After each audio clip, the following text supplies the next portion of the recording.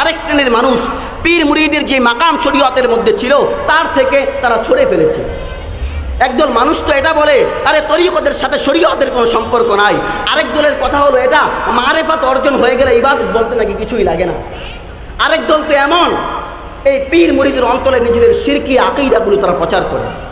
আরেক দল মানুষ তো এমন যারা এই পীর মুরিদের অন্তরের যৌনতার প্রচার প্রসার ঘটায়। কথা সুস্পষ্ট, এই ধরনের পীর মুরিদের সাথে ইসলামের কোনো সম্পর্ক নাই।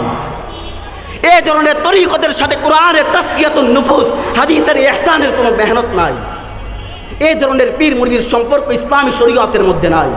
এগুলো ভণ্ডামি আর প্রতারণা ছাড়া কিছুই নয়। এগুলো ইসলামের বিকৃতি ছাড়া কিছুই নয়। এগুলো মুসলমানদেরকে জান্নাতের পথ থেকে জাহান্নামের পথে নিয়ে যাওয়া ছাড়া আর কিছুই নয়। দেখেন, এই সংক্ষিপ্ত সময়ে তাদের ব্যাপারে বিস্তারিত আলোচনা করতে পারবো না।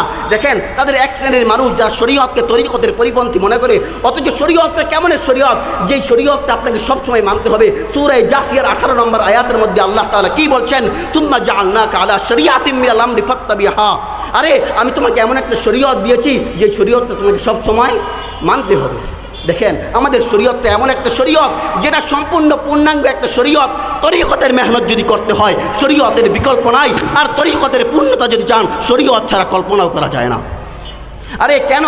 আল্লাহ তাআলা তো শরীয়তকে এমন একটা শরীয়ত বানিয়েছেন যে শরীয়তের ব্যাপারে আল্লাহ তাআলা সূরা মায়েদার 3 নম্বর আয়াতের মধ্যে বলেন, আল ইয়াউমা আকমালতু লাকুম দীনাকুম ওয়া আতমামতু আলাইকুম নিয়ামতি ওয়া রাদিতু লাকুমুল ইসলাম দীনা।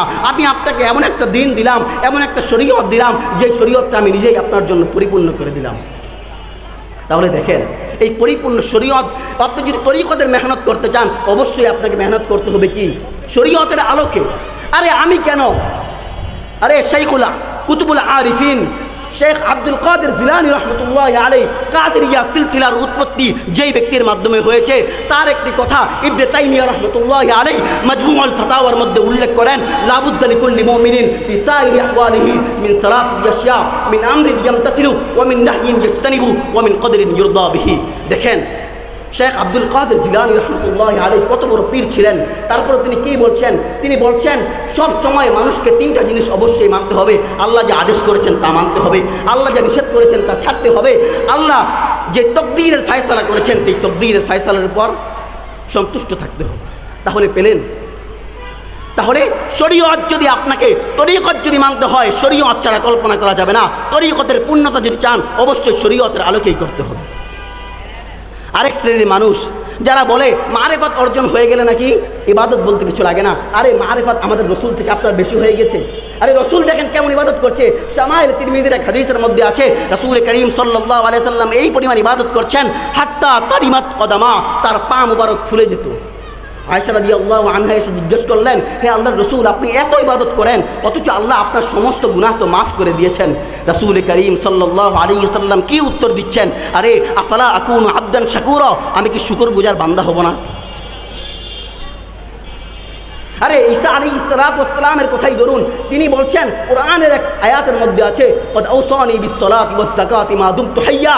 আরে আল্লাহ আমাকে আদেশ করেছেন যতদিন আমার জান আছে, যতদিন আমার জীবন আছে, আমাকে নামাজ এবং যাকাতের আল্লাহ বিধান দিয়েছেন। আরেক ধরনের মানুষ যারা পীর মুরিদের অন্তরালে শিরকের প্রসার ঘটায়, তাদের এক ধরনের মানুষ বিশ্বাস করে পীরের ক্ষমতা আছে তাকে হেদায়েত দেওয়া। আল্লাহ বলছেন ইন্নাকা লা তাহদি মান আহবাব ওয়ালাকিন্নাল্লাহু ইয়াহদি মান ইয়াশা। আরে কোন আপনার নবী, আপনি নবীর ক্ষমতা নাই একজন মানুষকে হেদায়েত দেওয়ার। আরে হেদায়েতের ক্ষমতা একমাত্র আল্লাহ। তাহলে পীরের কোনো ক্ষমতা আছে? পীরের কোনো ক্ষমতা নাই কাউকে হেদায়েত দেওয়ার। পীরের ক্ষমতা নাই জান্নাতের মালিক হওয়ার। আল্লাহ রসুল সাল্লাল্লাহু আলাইহি সাল্লাম ফাতিমা রাদিয়াল্লাহু আনহাকে বলছেন, ইয়া ফাতিমা আনকিদি নাফসাকি মিনান নার, হে ফাতিমা তুমি তোমার নিজেকে জাহান্নামের আগুন থেকে হেফাজত করো। ফাইন্নী লা আমলিকু মিনাল্লাহি শাইআ, কেননা আমি তো জাহান্নামের ক্ষেত্রে আল্লাহর কাছ থেকে আমি কোনো কিছু তোমাকে রক্ষা করতে পারবো না। দেখেন, নিজের মেয়ে ফাতিমাকে কি বলছেন, আমি কিন্তু তোমাকে জাহান্নাম থেকে হেফাজত করতে পারবো না। তাহলে পীর কিভাবে পারবে?